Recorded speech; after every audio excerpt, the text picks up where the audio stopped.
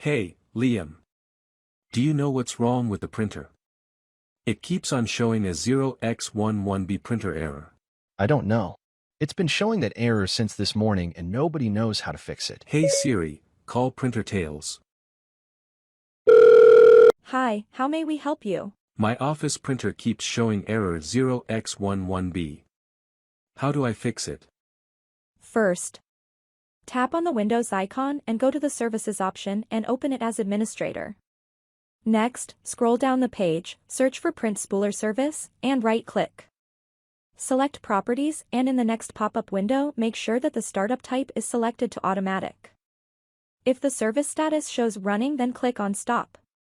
Once done, wait for Windows to finish the changes and tap on Start to start the services. Tap on Apply and then OK to save the changes.